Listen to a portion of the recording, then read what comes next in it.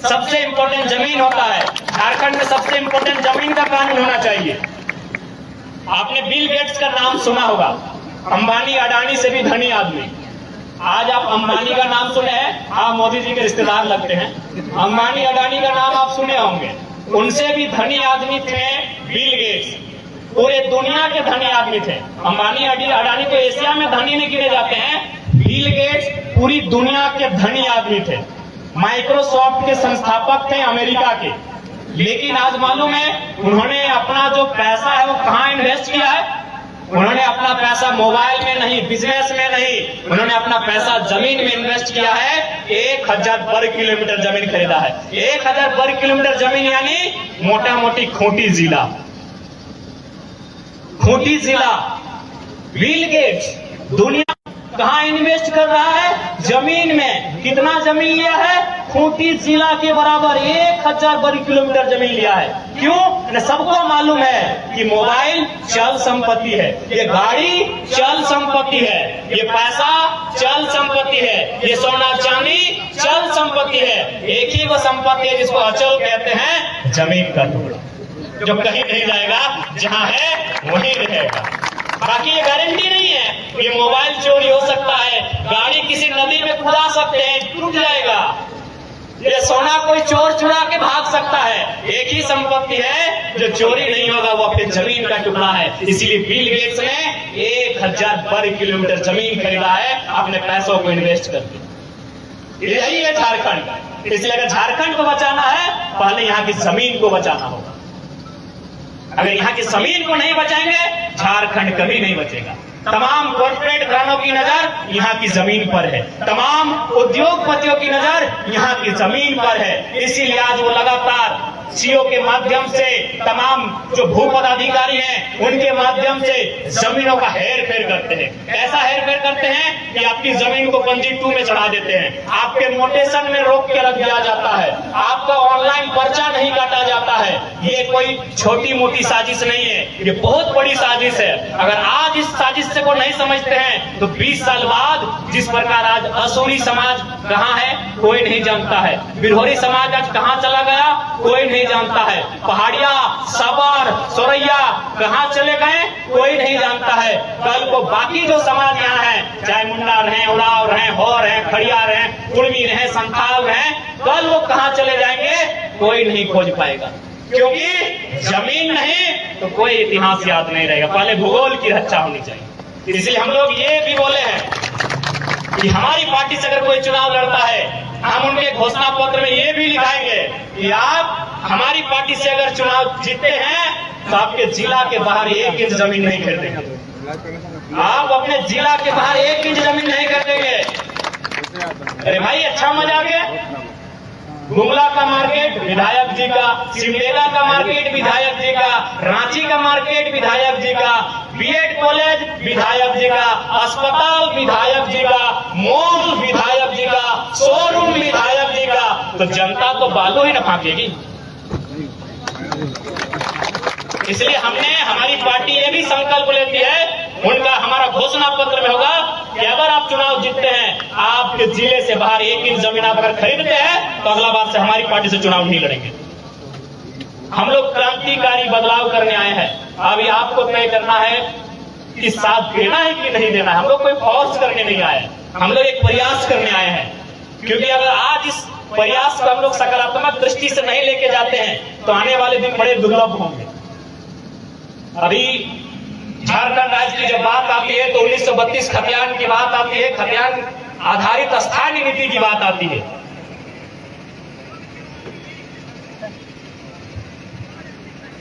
बिल्कुल हम ठेठ भाषा में समझाते हैं कि खतियान आधारित स्थानीय नीति से फायदा क्या होगा। जैसे 3 चीज को समझिएगा। क्योंकि हम लोग खेती बाड़ी करने वाले सब किसान परिवार के बेटे हैं, चाहे समाज और धर्म कुछ भी है, लेकिन हम लोग खेती बाड़ी करते हैं। तो खेती बाड़ी करते हैं तो 3 चीज समझिएगा। खेती बाड़ी करने के लिए पहला चीज चाहिए जमीन। जमीन में उगता है फसल और उस फसल को बचाने के लिए चाहिए घोरना। आप लोग क्या बोलते हैं इधर? घोरना ही बोलते हैं ना।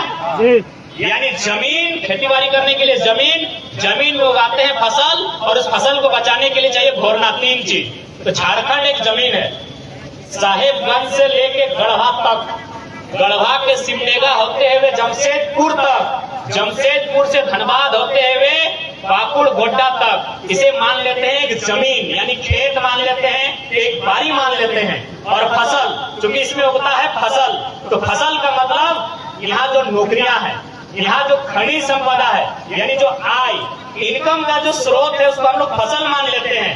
यानी हमारे पास जमीन है, फसल है, क्या नहीं है? घोरना।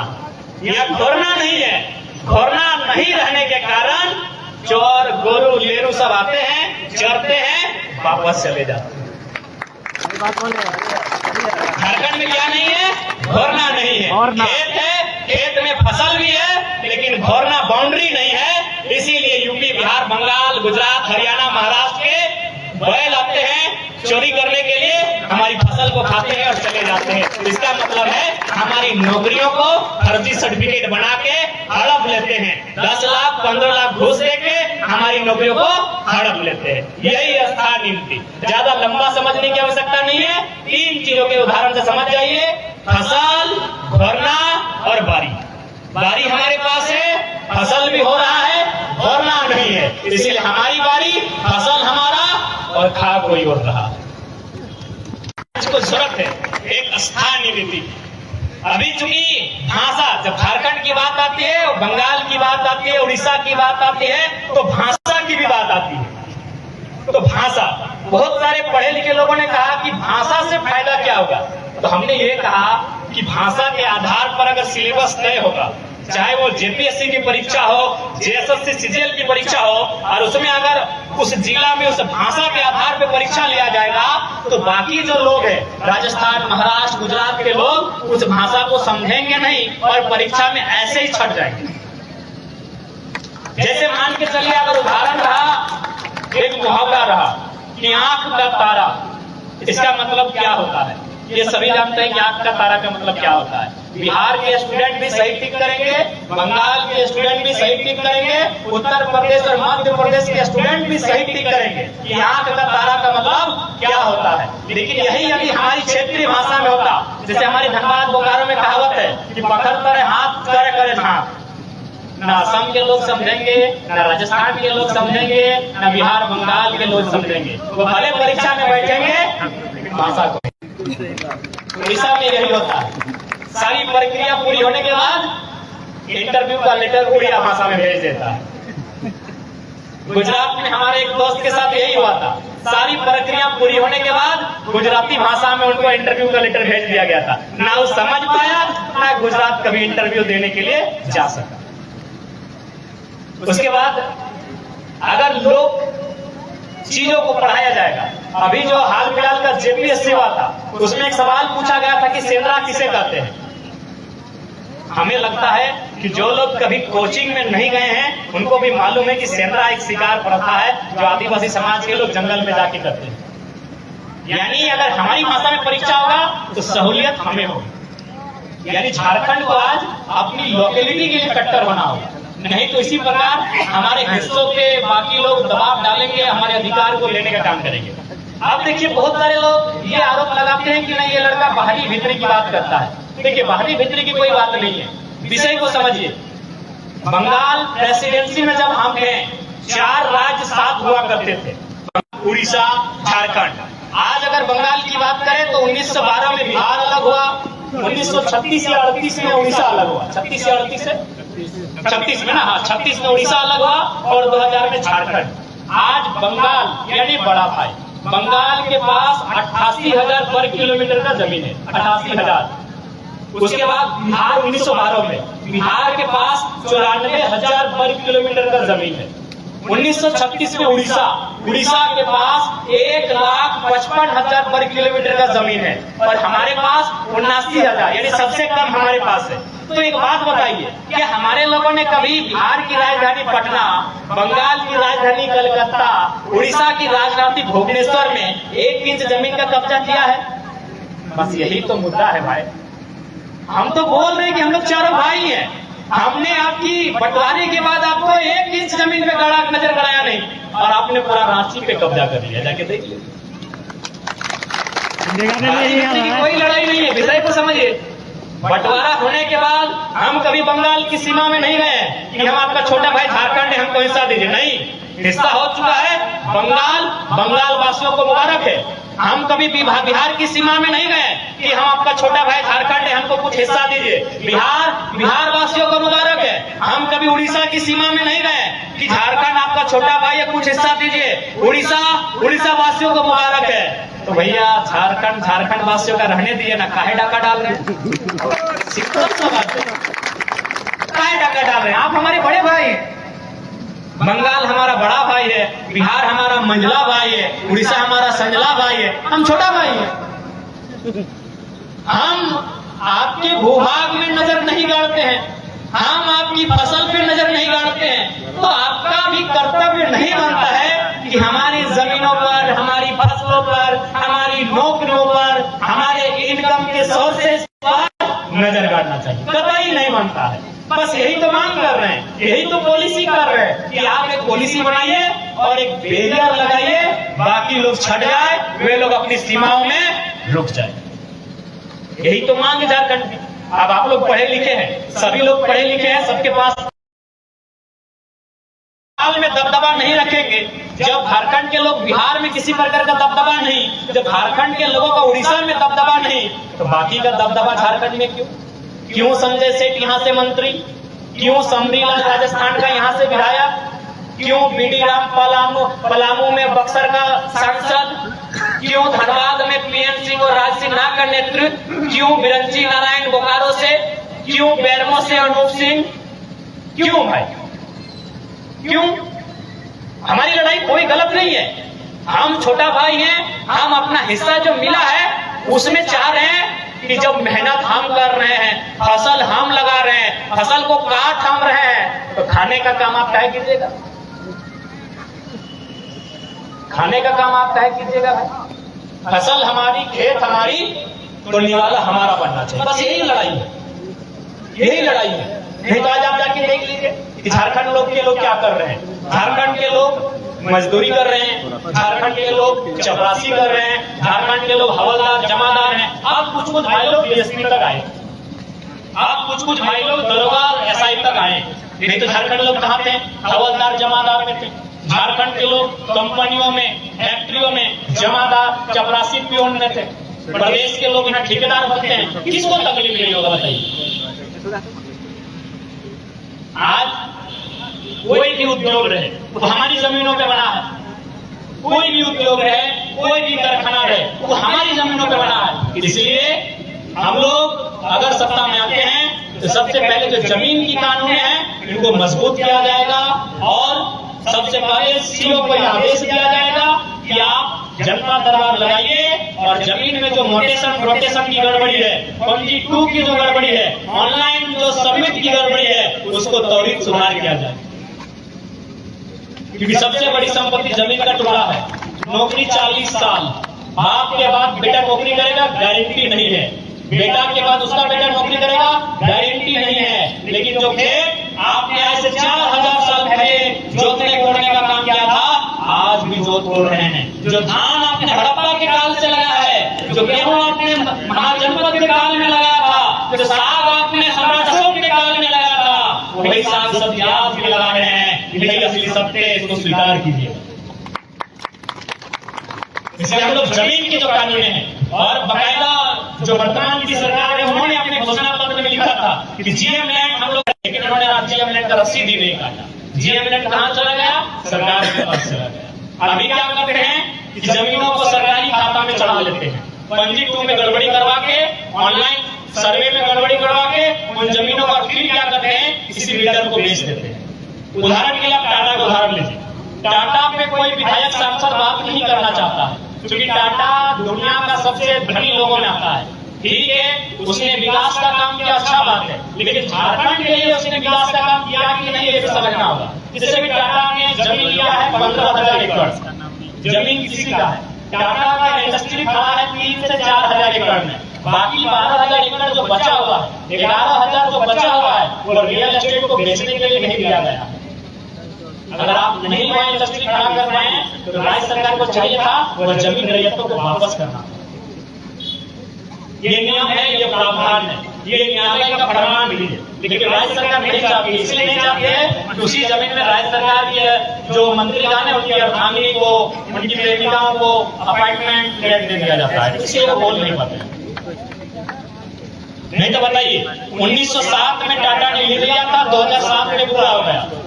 कोई नहीं जानता है कि 2007 के बाद क्या नियम हुआ, कोई नहीं जानता है कि 2007 के बाद शर्त क्या है, क्योंकि वहां बैठे हैं अर्जुन मुंडा जी, केंद्रीय मंत्री हैं, बैठे हैं, उनसे पूछिएगा वही बता पाएंगे। अर्जुन मुंडा जी बेहतर बता पाएंगे कि 1907 में, इसके बाद 2007 में जब टाटा का 100 साल का लीज कंप्लीट हुआ तो रैयतों का क्या हुआ, उस नियम का क्या हुआ, वही बता पाएंगे। यानी अगर इस राज्य को लूटने में कोई मदद कर रहे हैं तो इस राज्य के नेता मंत्री और ब्यूरोक्रेट्स कर रहे हैं, किसी कॉर्पोरेट की हैसियत नहीं है। ममता बनर्जी, टाटा को उखाड़ कर जाना पड़ा, टाटा नैनो ने वहां 1000 एकड़ जमीन का अधिग्रहण किया था नंदीग्राम और सिंगूर में, उनके आंदोलन से उनको वापस जाना पड़ा। यानी अगर लीडर मजबूत रहेगा तो जो रैयत है, जो वहां के लोग हैं, उनके साथ अन्याय नहीं होगा, लेकिन लीडर मजबूत नहीं रहने के कारण हमारे साथ ये अन्याय होता है। वो क्या करते हैं, कॉर्पोरेट घरानों के आगे बिक जाते हैं, इसलिए आज राज्य के दुर्दशा है। देखिए, हम लोग व्यापार का विरोधी नहीं, बहुत सारे लोग कहते हैं आप कंपनियों के खिलाफ बात करते हैं, फैक्ट्रियों के खिलाफ बात करते हैं, बोले गलत बात है। कंपनी लगाइए, फैक्ट्री लगाइए, लेकिन कहाँ जो जमीन फसल कम होगा, फसली जमीन पर कोई कंपनी फैक्ट्री लगने के पक्षधर हम लोग नहीं है। गैर उपजाऊ जमीन है, आप रैयतों के बीच आइए, सरकार को लेकर आइए, जमीन का अधिग्रहण कीजिए और एक साथ रहेगा। मेरा कंडीशन ये रहेगा, जब तक उस जमीन पर कारखाना रहेगा तब तक जमीन देने वाले के पास नौकरी रहेगा। अभी उदाहरण के लिए 1907 में जब टाटा की स्थापना हुई थी, मालिक कौन था? थोड़ा देर में करेंगे। जो भी थे, नहीं सुना, जो भी थे उस समय मालिक टाटा थे। आज भी 117 साल के बाद मालिक टाटा है। यानी कंपनी जो 100 साल पहले मालिक थी आज भी मालिक है। तो मैं एक सवाल करता हूँ, क्योंकि भारत गांधी का देश है, गांधी के देश में मैं एक सवाल करता हूँ, यदि 1907 में टाटा का मालिक टाटा था, आज भी टाटा का मालिक टाटा है, तो 1907 में जिन किसानों ने जमीन लिया था उनका रिकॉर्ड कहाँ? हमने भी पूंजी लगाया जमीन के रूप में, आपका पैसा लगाया, आज भी आप मालिक है, हमने जमीन लगाया, हम कहाँ है? यही तो सवाल है। बिल्कुल सही है, हमने जमीन लिया, हम कहाँ है? यही तो सवाल है। आपने पैसा लिया, आप मालिक आप हैं। 1907 में मालिक है, 2024 में आप भी मालिक है, लेकिन 1907 में जिन लोगों ने जमीन लिया था वे आज कहाँ है? तो यही तो सवाल है। इसीलिए हम लोग एक ऐसी व्यवस्था कायम करेंगे जहाँ ये शर्त होगा कि कोई भी कंपनी आपकी है, आइए स्वागत है, लेकिन शर्त ये होगा कि जब तक कंपनी रहेगी तब तक रैयत को जो लोग जमीन लेंगे पीढ़ी दर पीढ़ी नौकरी ट्रांसफर करना। क्या ये शर्त गलत है? अरे वो जमीन आप 100 साल से खा रहे हैं ना, तो नौकरी 20 साल की क्यों लेंगे? कि बाप के रिटायरमेंट के बाद फिर बेटा दारू पिएगा, हाँ बढ़िया पिएगा, कहीं सड़क के किनारे रुकेगा, क्यों ये नियम रहेगा भाई? अगर बाबूजी ने हमारी नौकरी किया है तो हम भी नौकरी करेंगे। क्यों? मेरे बाबूजी वहां हल चलाते थे और खेत रहता तो हल हम भी चलाते। तो इसलिए अगर देश को बेहतर बनाना है, राज्य को बेहतर बनाना है, तो विजन वाला लीडर चाहिए, जिसका विजन बेहतर हो। बिना विजन के देश नहीं चलेगा, बिना विजन के राज्य नहीं चलेगा। आज आप कुछ बोलिए, आज भारत की इकोनॉमी मान के चलिए 10 ट्रिलियन के आसपास जाने वाली है, 5 ट्रिलियन को पार कर रही है। अरे भारत की इकोनॉमी अगर 30 ट्रिलियन चली जाएगी ना, तो भारत के लोगों का भला नहीं होगा। अंबानी अडानी जैसे कुछ उद्योगपति के हाथों में सारी व्यवस्था रह जाएगी। इसलिए अगर सच में भारत का भला चाहते हैं तो संपत्ति का विकेंद्रीकरण करना होगा।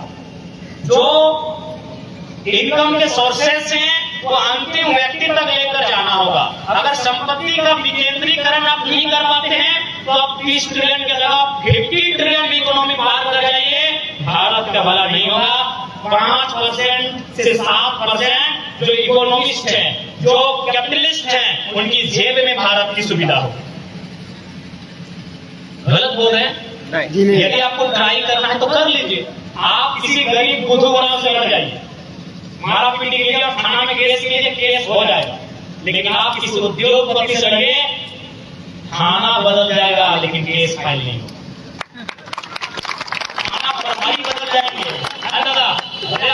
सरकार के बंदे हैं, लेकिन बदले स्वीकार कीजिए। थाना प्रभारी बदल जाएंगे लेकिन केस नहीं होगा। अरे थाना प्रभारी तो छोटा बात है, डीसी बदल जाते हैं। धनबाद बोकारो से हम आते हैं, कोयला की नगरी से हम आते हैं, कोयला यानी हीरा, हम उस नगरी से आते हैं, वहाँ रातों रात डीसी बदल जाते हैं लेकिन केस नहीं होगा। आपकी लड़ाई अगर सन्नी तिग्गा से है तो केस हो जाएगा। आपकी लड़ाई अगर सन्नी तिग्गा से है तो थाना प्रभारी केस ले लेंगे, लेकिन जिस दिन आपकी लड़ाई किसी उद्योगपति से होगी, रातों रात तो थाना गुमला से बिशनपुर शिफ्ट हो जाएगा। ये भारत की व्यवस्था है, बुरा मत मानिए, ये भारत की व्यवस्था है। क्यों? क्योंकि आपने समझा ही नहीं। इसलिए आज हम लोग भारत की तो बात नहीं कर पाएंगे। मैं एक छोटा सा लड़का हूँ, झारखंड का हम लोग बदलने का सामर्थ्य रखते हैं। अगर हम लोग सत्ता में आते हैं तो हम लोग ये व्यवस्था जरूर करेंगे कि कोई भी अगर कंपनी लगेगी तो रैयत, जब तक कंपनी रहेगी तब तक जमीन लेने वालों के पास नौकरी रहेगी। इस बात को